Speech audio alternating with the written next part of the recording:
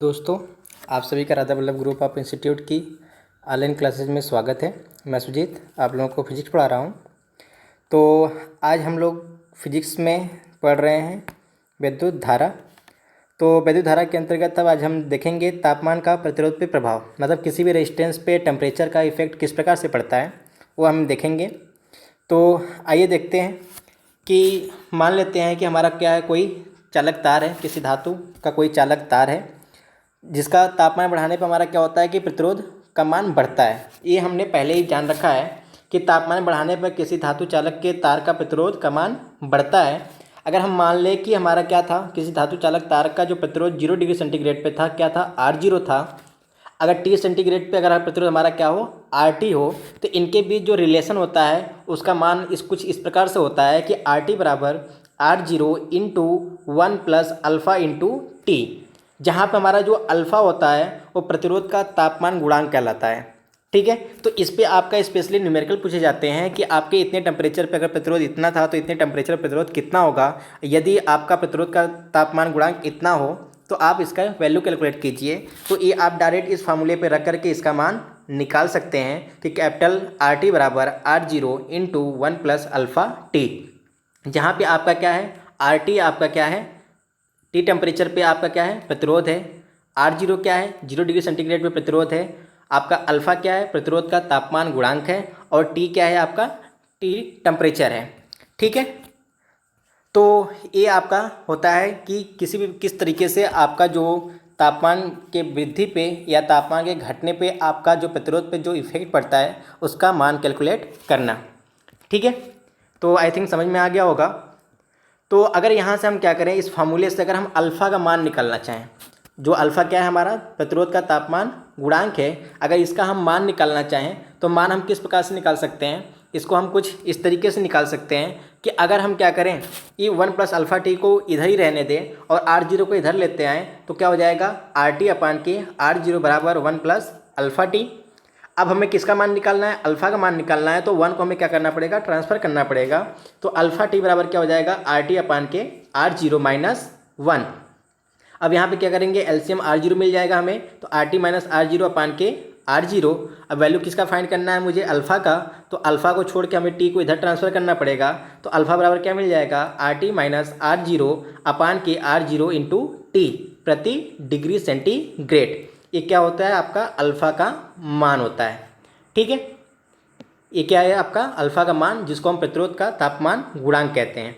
तो अगर हम इसी प्रकार से, जिस प्रकार से हमने माना है, इसी प्रकार से अगर हम मान लें कि यदि हमारा क्या हो कि T1 डिग्री सेंटीग्रेड था, T2 डिग्री सेंटीग्रेड हो, जैसे हमने 0 को माना था, वैसे हम क्या करेंगे, यहाँ पे दो टेम्परेचर मान रहे हैं। उसमें हमने क्या किया था कि एक टेम्परेचर हमने मान लिया था 0 डिग्री सेंटीग्रेड और दूसरा हमने माना था T डिग्री सेंटीग्रेड। लेकिन अब हम क्या कर रहे हैं कि यहाँ पे हमने दो टेम्परेचर माना है, T1 डिग्री सेंटीग्रेड और T2 डिग्री सेंटीग्रेड। और जहाँ पे हमने माना है कि T1 is greater than T2 है, और किसी चालक प्रतिरोध का जो कोई चालक का जो प्रतिरोध है T1 पे क्या है, R1 है, T2 पे क्या है, R2 है।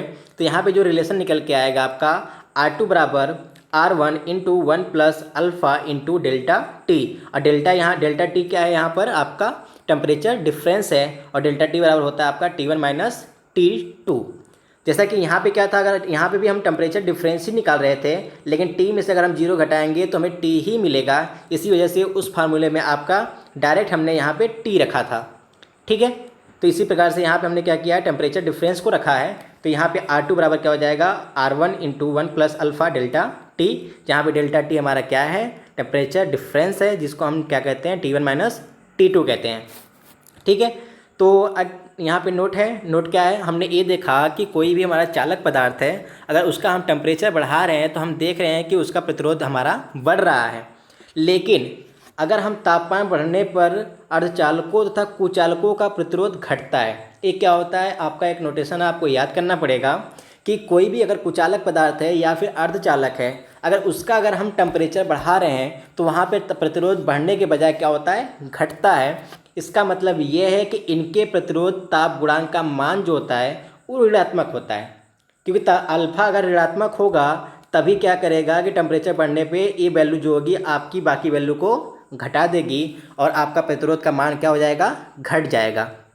ठीक है, तो अगर यहाँ पे नेगेटिव है इसका मतलब ये है कि किसी भी चालक पदार्थ में आपका जो ताप गुणांक होता है, तापमान गुणांक होता है प्रतिरोध का, वो क्या होता है, आपका धनात्मक होता है। ठीक है, आइए अब आगे देखते हैं। नेक्स्ट टॉपिक हमारा है अति चालकता। अब अति चालकता या सुपर कंडक्टिविटी क्या होती है? तो जैसा कि अभी हमने देखा है कि कोई भी हमारा क्या होता है कि कोई चालक पदार्थ है, अगर उसका हम क्या कर रहे हैं, टेम्परेचर बढ़ा रहे हैं, तो टेम्परेचर बढ़ने के साथ साथ हमने देखा कि प्रतिरोध का मान भी हमारा बढ़ रहा है। प्रतिरोध का मान क्या हो रहा है, बढ़ रहा है। तो इसका मतलब ये है कि अगर हम टेम्परेचर को घटाएं तो हमारा प्रतिरोध का मान भी क्या होगा, घटेगा। ठीक है, तो ऐसे कुछ पदार्थ होते हैं हमारे पास, सभी पदार्थों की प्रतिरोधकता क्या होती है, ताप पर निर्भर करती है। जैसा कि हम जानते हैं कि हमारी जो प्रतिरोधकता है, जो प्रतिरोध है हमारा क्या होता है, ताप पे डिपेंड करता है। और उनमें से कुछ पदार्थ की प्रतिरोधकता निम्न ताप पर शून्य अर्थात चालकता अनंत हो जाती है। अगर हम क्या करें, कुछ ऐसे पदार्थ हमारे होते हैं कि अगर उनको हम क्या कर दें, उनकी प्रतिरोधकता अगर शून्य कर दें, अगर उनका ताप इतना हम घटाएं, इतना घटाएं, उनका टेम्परेचर हम कुछ इस प्रकार से घटाएं कि उनका जो आर की वैल्यू हो वो क्या हो जाए, शून्य हो जाए, या फिर रो की वैल्यू जो हो कितना हो जाए, शून्य हो जाए, तो ऐसे पदार्थ की जो चालकता होती है वो इनफाइनाइट हो जाती है। मतलब इसमें कोई भी रेजिस्टिविटी नहीं होती है, कोई भी प्रतिरोध काम नहीं करता है। और ऐसे ही पदार्थ को हम क्या बोलते हैं, अतिचालक पदार्थ। यहाँ पे आर का मान क्या हो जाता है, शून्य हो जाता है, और जी का मान क्या हो जाता है, हमारा इनफाइनाइट हो जाता है। ऐसे पदार्थ को हम क्या बोलते हैं, अतिचालक पदार्थ। ठीक है, तो आइए देखते हैं यहाँ पे कि जैसा कि हम जानते हैं कि रो बराबर हमारा क्या होता है, आर इंटू ए अपान के एल, जहाँ पे ए हमारा क्या होता है 1 मीटर स्क्वायर, एल क्या होता है 1 मीटर होता है। अगर इन दोनों की वैल्यू रख दे तो हम कह सकते हैं कि रो हमारा क्या होता है, आर के बराबर होता है। और हमने यहाँ पे कहा कि हम जब टेम्परेचर को घटा रहे हैं, हमने टेम्परेचर को कुछ इस प्रकार से घटाया है कि हमारी जो रो की वैल्यू क्या हो जा रही है, शून्य हो जा रही है। अगर हमारा रो शून्य हो गया तो इसका मतलब हमारा आर भी क्या हो जाएगा, शून्य हो जाएगा। और जो कि जैसा कि हम जानते हैं कि हमारा जो जी होता है, मतलब चालकता जो होती है वह 1/r के बराबर होती है। अगर हमने आर को ही शून्य कर दिया, अगर आर को ही हमने अगर शून्य कर दिया, इसका मतलब ये है कि जी बराबर क्या हो जाएगा, 1/0। और 1/0 का मान क्या होता है, इनफाइनाइट होता है। इसका मतलब ये है कि हमारा जी क्या हो जाएगा, इनफाइनाइट के बराबर हो जाएगा। ऐसे पदार्थ को हम क्या कहते हैं, अतिचालक पदार्थ कहते हैं। तो आगे देखिए क्या लिखा हुआ है यहाँ पे कि ताप के अपेक्षाकृत क्रम तपांतर लगभग 100 डिग्री सेंटीग्रेड या कम के लिए किसी चालक की प्रतिरोधकता रो निम्न संबंध द्वारा ज्ञात किया जाता है। अगर कोई पदार्थ का टेम्परेचर 100 डिग्री सेंटीग्रेड है या फिर उससे कम है, तो यहाँ पे जो अगर हम किसी पदार्थ की प्रतिरोधकता अगर ज्ञात करनी है तो उसको हम कुछ इस प्रकार से ज्ञात कर सकते हैं कि रो टी बराबर rho zero into 1 plus alpha t minus t zero. ठीक है, इस पर फार्मूला का प्रयोग करके हम रो का मान निकाल सकते हैं, जहाँ पे अल्फ़ा हमारा वही पुराना है, प्रतिरोधकता ताप गुणांक। ठीक है, अगर हम एग्जाम्पल की यहाँ पे बात करें तो एग्जाम्पल अगर हम देखें किसी पदार्थ की, तो हमने यहाँ पे लिया है पारा को। तो पारा की जो प्रतिरोधकता होती है 4.20 केल्विन पर शून्य हो जाती है। इसका मतलब कि 4.2 डिग्री केल्विन अगर टेम्परेचर को हम लाएं तो उस कंडीशन पे आपका जो पारे की जो रेजिस्टिविटी होती है, प्रतिरोधकता होती है या विशिष्ट प्रतिरोध होती है, वो क्या हो जाती है, शून्य हो जाती है। इसका मतलब ये है कि जी आपका क्या हो जाएगा, इनफाइनाइट हो जाएगा। इसका मतलब ये है कि आपका जो पारा होता है 4.20 केल्विन पर आपका क्या हो जाता है, अतिचालक पदार्थ बन जाता है। ठीक है, तो जैसे कि यहाँ पे आपके ग्राफ दिखाया गया है, ग्राफ में क्या है कि यहाँ इधर हमारा क्या हो रहा है, टेम्परेचर बढ़ रहा है, इधर हमारा क्या है, रो का मान बढ़ रहा है। इसका मतलब कि अगर 4.2 से इधर चले हम, इसका मतलब इधर चलें तो इसका मतलब 4.2 से हमारा क्या है, ज़्यादा टेम्परेचर है। तो ज़्यादा टेम्परेचर है तो यहाँ पे हमारा रो का मान क्या हो रहा है, धीरे धीरे जैसे हम टेम्परेचर को घटा रहे हैं वैसे हमारा रो का मान क्या हो रहा है, घट रहा है, घट रहा है, घट रहा है। और एक कंडीशन यहाँ पे हमारा रो का मान क्या हो रहा है, यहाँ पे घट रहा है। इस कंडीशन ऐसी आती है कि 4.2 डिग्री केल्विन टेम्परेचर पे हमारा क्या हो जा रहा है, ये स्ट्रेट लाइन हो जा रहा है। अब इसका मतलब ये है कि हमारा अब ये क्या हो गया, इनफाइनाइट हो गया। अब ये वैल्यू क्या हो जाएगी, हमारी इनफाइनाइट हो जाएगी। अब इस पर हमारा कोई टेम्परेचर अगर हमारा 4.2 है तो यहाँ पे हमारा जो रो की वैल्यू होती है वो आपका क्या होता है, एक स्ट्रेट लाइन मिलता है, बिल्कुल सीधा वर्टिकल लाइन मिलता है। और ये शो करता है आपका कि आपका जो कोई पदार्थ है वो क्या हो जाता है, वो इनफाइनाइट हो गया है, वो क्या है, अनंत हो गया है, और वो अतिचालक बन चुका है। ठीक है, तो अतिचालक का मतलब ये होता है कि आपके उसके अंदर जो रेजिस्टिविटी थी, प्रतिरोधकता थी, वो शून्य हो जाना और उसकी चालकता अनंत हो जाना। ठीक।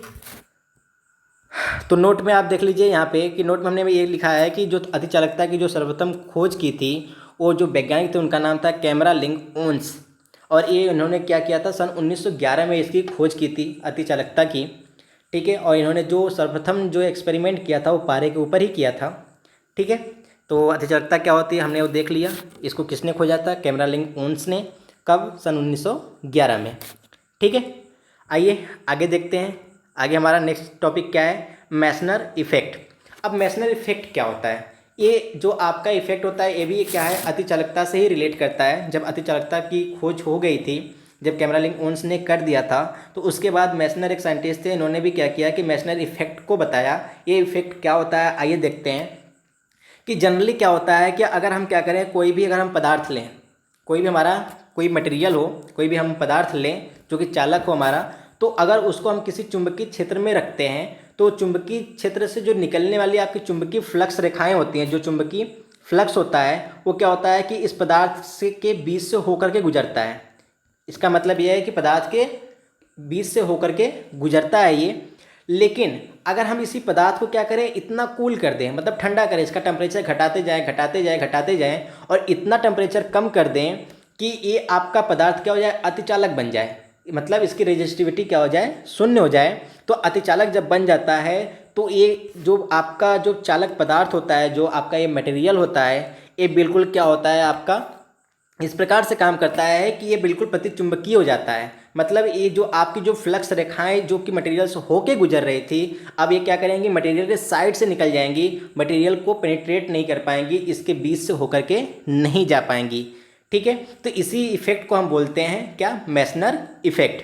तो आइए देखते हैं क्या है ये, कि जो कि आपके लिखा है नोट्स में देखिए कि इस प्रभाव के अनुसार जब किसी पदार्थ को चुंबकीय क्षेत्र में रखकर उसमें अतिचालकता का गुण उत्पन्न करने के लिए उसका ताप घटाते हैं तो क्रांतिक ताप से कम ताप पर पदार्थ में उपस्थित चुंबकीय फ्लक्स पदार्थ से बाहर आ जाते हैं। इस प्रभाव को ही हम क्या कहते हैं, मैसनर प्रभाव कहते हैं। इसका मतलब अगर हम नॉर्मल कंडीशन की बात करें तो चुंबकीय क्षेत्र में अगर किसी पदार्थ को रखते हैं, किसी चालक पदार्थ को रखते हैं, तो जो चुंबकीय फ्लक्स होती हैं, चुंबकीय रेखाएं जो होती हैं वो पदार्थ से होके गुजरती हैं।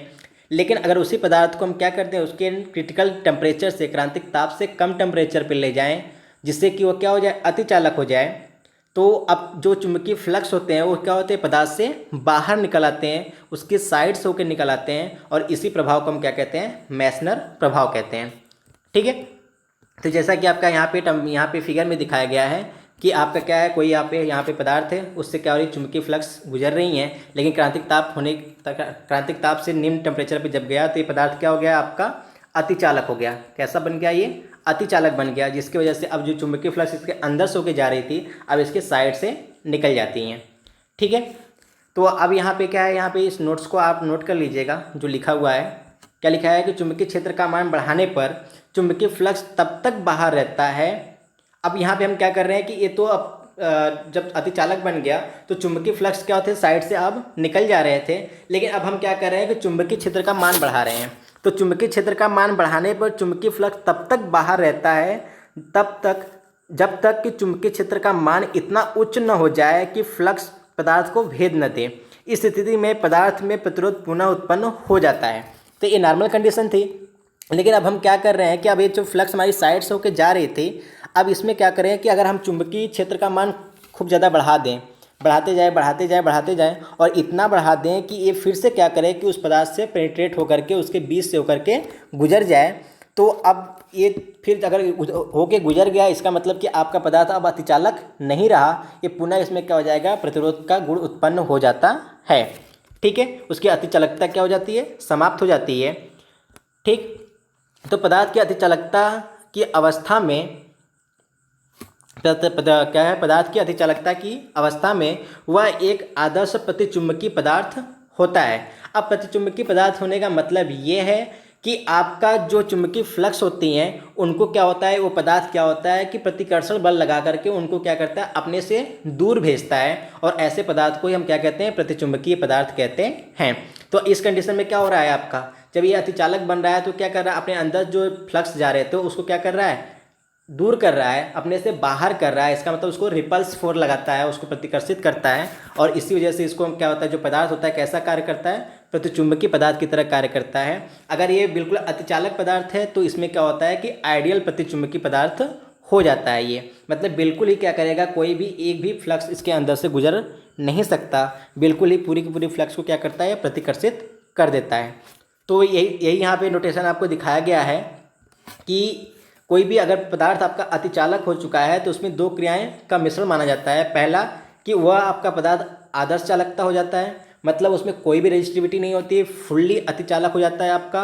और दूसरा आपका क्या होता है, गुण उत्पन्न होता है उसमें आदर्श प्रतिचुंबकीय का, मतलब आइडियल डायमैग्नेटिक हो जाता है। उसमें बिल्कुल भी आपका कोई भी क्या होता है, कोई भी चुंबकीय फ्लक्स जो होती है उसके अंदर एंट्री नहीं कर सकती हैं, वो 100% क्या होता है, उसको प्रतिकर्षित कर देता है। ठीक है, तो ये क्या आपका मेसनर इफेक्ट था जिसको आपने यहाँ पे देखा।